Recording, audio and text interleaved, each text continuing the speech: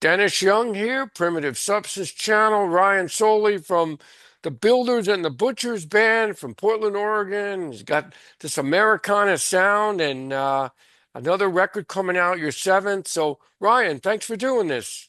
Yeah, thanks for having me. It's No fun to problem. talk about the record and everything. Yeah, so I got a chance to listen to your music, and it's really intense at times. You really generate a lot of energy. Thanks. Yeah, that's always been kind of the MO of the band. And yeah, it's just kind of a weird amalgam of tastes, and that's just kind of how it comes out. So you started in 2007? Was that the first record We airing? actually, yeah, started performing in Portland 2005, Okay. and then put our first record out in 2007, and then put out records every few years ever since. And then do you do a lot of touring at all with this band? Yeah, so in the early years of the band, we had a big booking agent and did a bunch of support tours and a bunch of big headlining tours. But ever since having kids, Mm. which is a good thing, to kind of like longevity wise, we've really scaled back. So now we play at most 20, 25 shows a year. So Okay. we pick and choose regional tours, festivals, and we're not getting in the van and doing a month anymore. That's hard. I mean, I can't imagine doing that kind of for a living, traveling every month trying to generate audiences and people these days. But if you don't play live, I don't know how bands Yeah. survive these days. Yeah, so we're trying to thread the needle, play live enough to keep people interested, and play places at least every few years, and just kind of keep plugging along. We do usually do like a 2 week European tour every couple years. That's what And we kind of save up for. some of your records are kind of more on the acoustic side, some more heavy, Mm-hmm. like Western Medicine. I really like. I got a chance to listen to Thanks. that, and a Hell and High Water record. I mean, what influences you to do a record that's, say, more mellow or something in your face, Yeah, intense? all of us are into like heavy rock and punk and metal and like just loud rock music. Everybody in the band, so it's kind of a fight a little bit at times to do other things, and so it's this Hmm. tension, right? But most records are a response to the last record. So the record before, the record after Helen or Western Medicine, Western Medicine's a lot of electric guitars and heavy stuff, and so we made that one more folky, and so it just kind of ebbs and flows back and forth. Every record has some electric guitar on it. Right, I hear um, that.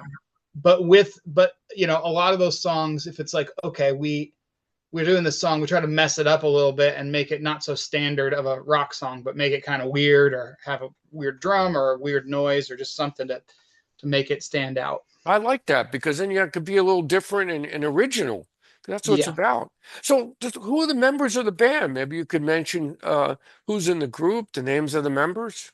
Yeah, pretty much most of the people in the band have been there since the start.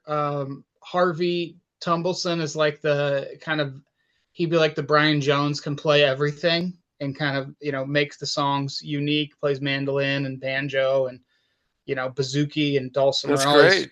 kind of cool stringed instruments. Our other guitar player, Paul, is very much more just kind of standard electric guitar. And then our bassist Willy has been with the band for over 15 years now. And we have one of the other kind of cool things about the band when you see us live. We have two drummers playing one deconstructed drum kit. I like So that. so it really is a visually interesting thing. And so we have our drummers Ray and Justin, and then we have some songs that have just drum kit, and for those Ray goes over to keyboard. So it's a lot of, I'm the only one in the band that can only play guitar. Everybody else plays like 10 different instruments. Oh, that's great. I mean, that So it that makes makes it a a, big. yeah, fun thing to mix it up. Now, what kind of places do you play? I saw you play the Ryman Yeah. Auditorium. Wow, Yeah, that's impressive. that was one of those bucket list dream come true kind of, you're on stage and you're like, if I'm consciously aware of myself dying, whenever that is, Yeah, I'll be thinking about that memory and being like, yep, that happened. yeah, that's incredible. But we play, I got a timer here. We play, from the tiniest clubs in Europe, we play to 50 people. We've played to 10,000 people. It just Wow. depends, but usually, that's opening or whatever, or festival. But like usually our audience is if we're headlining, it's a small club. A few hundred people is a good show for us. I saw that Boathouse show. That was very, very good. At the Well, we Boathouse? yeah, we played an acoustic set at this boathouse. We also last year did our 20-year anniversary of a band, and we rented this giant cruise ship Oh, that wow. cruises up and down the river here, and it holds like 400 people. So we're like, we got to do a show on there, and so we did. It was so much fun. I can imagine. So, before we go to your new record, is there any records that your audience here should start off with that might introduce the band, or Mhm. do you have any records that Yeah, you would? the vast majority of folks start with the very first record, and that has been our biggest record by far, and as far as Mm, like kind of iconic songs, and people still want to hear them. And that's our self-titled record. Personally, my favorite record is, and it's not just because it's the new one we made. I'm really proud of the new record that we made. And then other than that, like Western Medicine, I'm very, very happy with those records. If that's a you're good gonna, record. I got a chance to listen thanks. to it because I didn't know much about your music until Howard sent information about you doing the Cool. interview. So it was great. Now, how's the record label doing for you? Bad Man Records recordings. Yeah, Dylan has put out a bunch of records from this band called Starfucker, who's a Portland band who's just blown up, and the Innocence Mission is, but he also does a bunch of vinyl. He has like My Morning Jacket vinyls, and he's Mm, just incredible to work with. Super kind human, and doesn't expect us to take over the world or anything. yeah. He's just happy to. Our records tend to recoup, and that's all you can ask for. It seems like so. He doesn't go too crazy, but really spends money in the right ways, and is just such a good friend at this point. So You're it's very fun. lucky. That's a Yeah, big plus because then you yeah, don't have to worry about spending money on the vinyl, the CDs, and then that's another expense. So that is really good. So the new record is called No Tomorrow. Can you talk a little bit about that and when it's going to come out? yeah. So it comes out to everybody, I think, April 3rd. I think that's right. And yeah, we made it over the last 2 years. And our process, because a lot of us live in different places, so our process is fairly slow. We just kind of do it and slowly. At our drummer has a home studio. He actually Mm. lives with the sound engineer for a band called Portugal the Man, and so they have a ton of gear that they let us use to record with, which is really nice. And so we just slowly track it over time, and until it's done. And this one, I'm just very, very happy with the songs and the arrangements and the Mm. recording. I'm very thrilled with it, and you get that way, and then you're like, well, if as an artist, if you like it, that means that it might not Yeah. resonate with others. Well, But I'm confident in it, and I think people will like it. sometimes you sweat over songs when you're doing it or when you're in the mix, and then over time you say, "Wow, this isn't so bad after all." If you have a feeling that it may not be as good as you think, I notice Yeah, that. yeah, and you just never know. I have this weird philosophy about like when people say like releasing music, you're literally releasing it to people. It's no longer yours. You're That's releasing it. true. You're So right. it doesn't belong to you anymore. So you better make it the way you want it to be.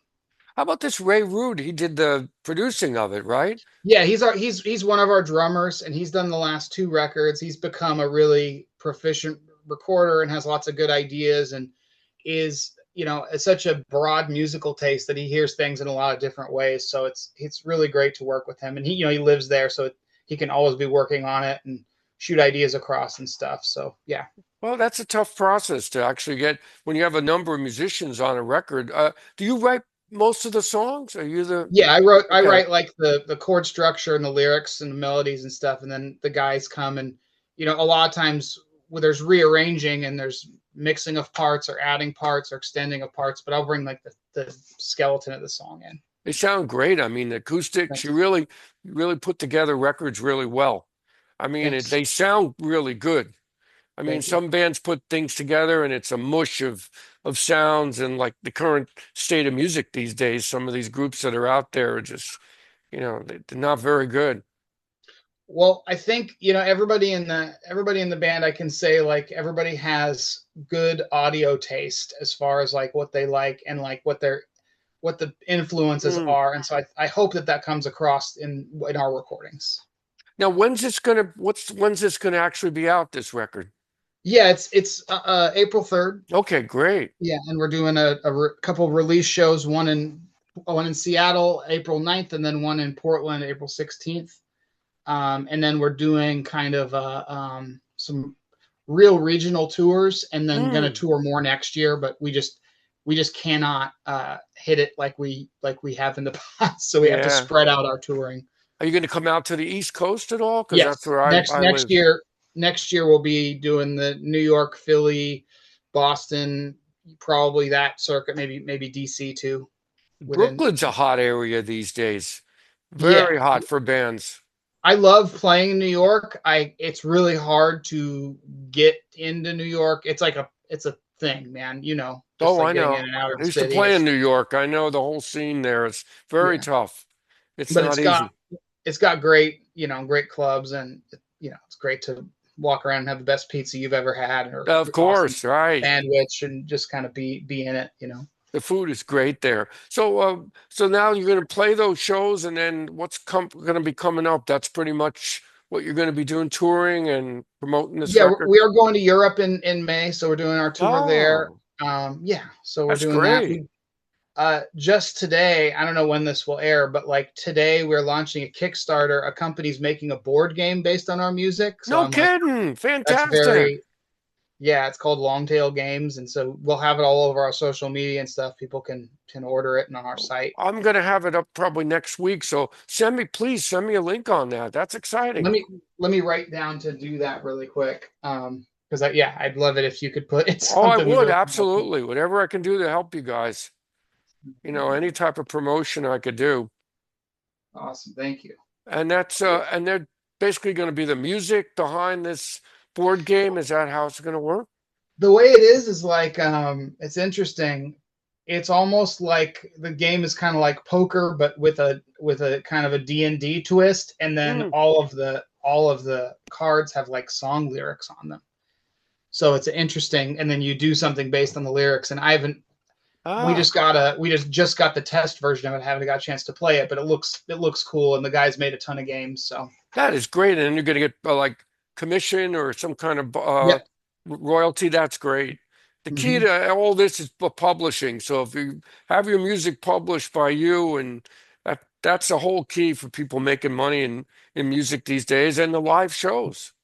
Yeah, you I got to be think. able to play live. And I think since COVID, a big like merch has just gone crazy. Like you sell more Hmm. merch than ever, and I think people with novel merch, with cool looking stuff and interesting things, will do better. 'Cause it's like you get like a reputation as a band that has cool merch, and people are apt to buy it more. So Yeah, and then people still want physical product. When they got after a show, they still want to see where they could buy vinyl, they could get a CD, a shirt. You guys put yeah. out T-shirts too, and Yeah, so this okay. year, speaking of that, this year to promote our record, instead of doing, social media ads or anything like that, I made like these physical postcards, Oh, and I'm very mailing neat. them to fans, so you can have a QR code and like order the record that way. And we've sold way more than like we normally do, just because people are like, oh, you took the time to mail me a Right. thing, and so it really has helped. Well, you've had a fan base now. You've been playing a while, so you must have a good serious fan base that likes your music.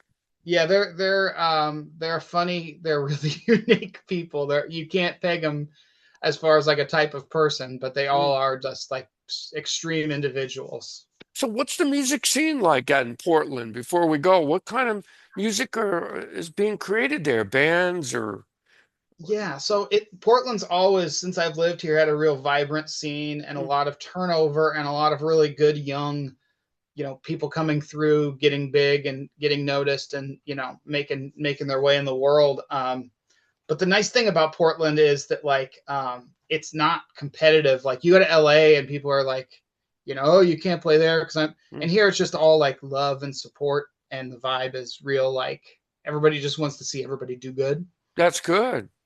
There's a lot of like psych rock and garage rock and cool like kids are just making noise, which I love. And yeah, you could see music, 7 days a week here, and it would be something good. So it's a great town, despite what it's not a war zone, and it's not, Yeah, it's totally a beautiful city, and that's it's great. got this weird reputation because of politics, but it's Of totally a course. great city to live in. Well, that's nice to hear. Garage rock and psycho type rock. Kids are into that to Yeah, making like noise. metal and Yep. just all kinds of scenes are happening here. I just don't like this laptop type of music though, where you're Sure. creating everything on a computer, everything, and it's just I don't know. That's me anyway. Well, the humanness is important. Yes, The mistakes are important, the flaws are I important, agree. and you hear it when it's too slick.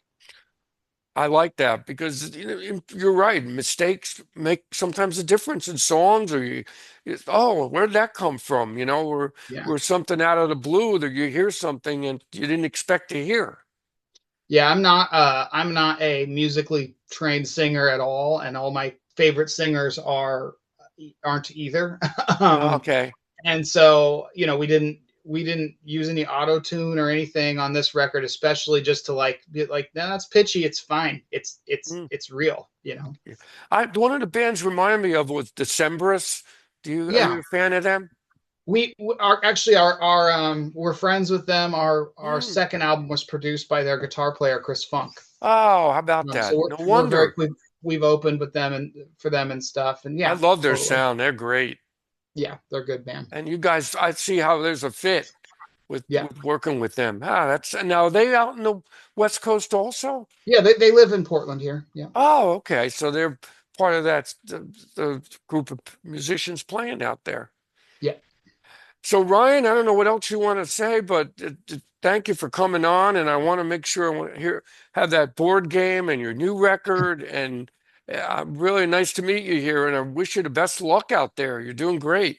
Yeah, I appreciate it, man, and I just would encourage anyone listening to make art and start a band and have fun putting creativity into the world because it needs it now. Absolutely. We need a lot of love out there.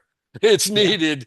There's too much hate and fear and yeah, we need more love out there in the world and yeah, music does it. yeah. I Music agree. I agree. music It's a privilege to be able to do it. So I appreciate people who care enough to yeah. go see a live show and support a band. Yes, that's a good point. That's a great point. And that's what it's all about. Fan base and coming out to see you play. Yeah. Well, Ryan, thank you for your time. I got to thank Howard again for putting me in touch. I don't know how you work with him at all beyond this. I don't know, but Yeah, he's he's great. He's been great to work with so he's far. a Yeah. great marketing guy. I'll tell you that. Yeah. Yeah. All right. Well, Ryan, good luck and keep the music going. Awesome, man. Thank you, Dennis. I'll talk to you Take soon. care. Take care. Bye bye.